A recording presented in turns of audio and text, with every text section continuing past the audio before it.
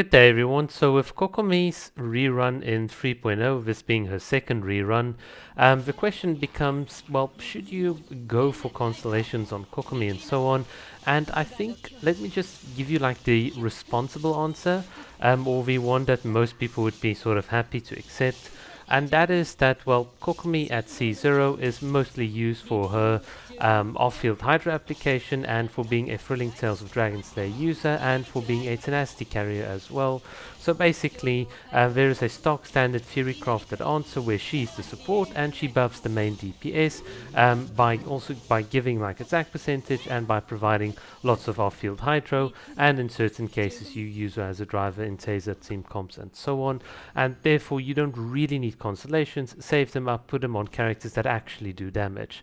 So yeah, we get it. That is the stock standard argument, and if that's all you need to take away, then yeah, that would be my recommendation for you. Keep it at C0. But if you are someone that loves playing Kokomi, you really enjoy the character for more than just being a support that buffs the main DPS that does the real damage in air quotes, then obviously I do think that getting constellations on her is actually kind of worth it. So her first constellation, let's sort of go over them, is kind of important because it gives you not only additional damage but also an additional instance of Hydra application that is not subject to your standard ICD rules. In other words, every time that you get the additional fish on the field, like you can see in the background with your third attack, you apply an additional instance of Hydras. So basically your vaporized teams, if you do sort of want to play Kokomi in those type of teams, let's say with Xiangling and so on, will definitely be a lot easier and more comfortable. The other thing to keep in mind is you do get the sizable damage bump, and a lot of people have said, well, if you're just into jump cancel, you can more or less get similar-ish damage and so on.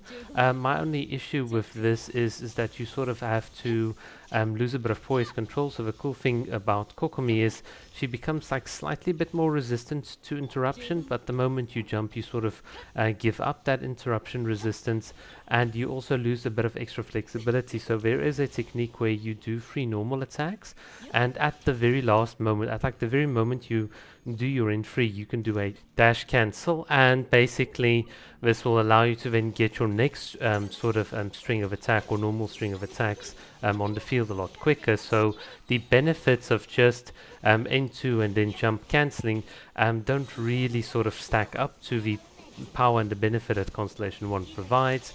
And in particular, if you start shredding the enemy resistance with, let's say, a Sucro or a Kazuha, or your Kokomi has additional high hydro damage bonuses and so on, then that additional Constellation really does start to like overtake the utility of just an into jump cancel. So in my opinion, Constellation 1 is like a very good sort of almost like Goldilocks zone for you to go for. If you have like Kokomi C1, I think your account is in a very good stead. Constellation 2 just gives you more healing. It makes your team, it literally makes Kokomi the best healer in the game.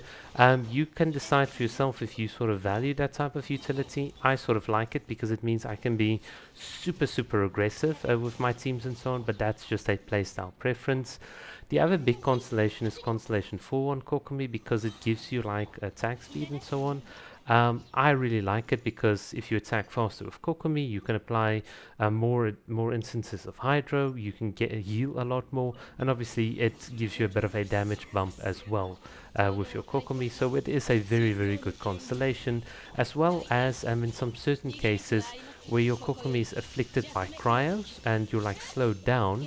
This constellation sort of just gives you that additional bit of like attack speed, so you don't lose out too much utility. So it's a very good one to sort of cement Kokomi as like the as a good juggernaut for your team. And then lastly, Constellation 6 is obviously an almost like 100% additional hydro damage bonus. It's the equivalent of getting a Kazuha buff, where Kazuha has like 1000 EM. So it is very strong, and as you can see in the background, if you notice the damage that my Kokomi has done, we did about 20k normals and so on. This is just with stacking Sucrose and obviously Mona and so on. It really does sort of add up. But yeah, if you really love Kokomi, you can save up to eventually get there. But other than that, Constellation 1, that's my recommendation for most F2P.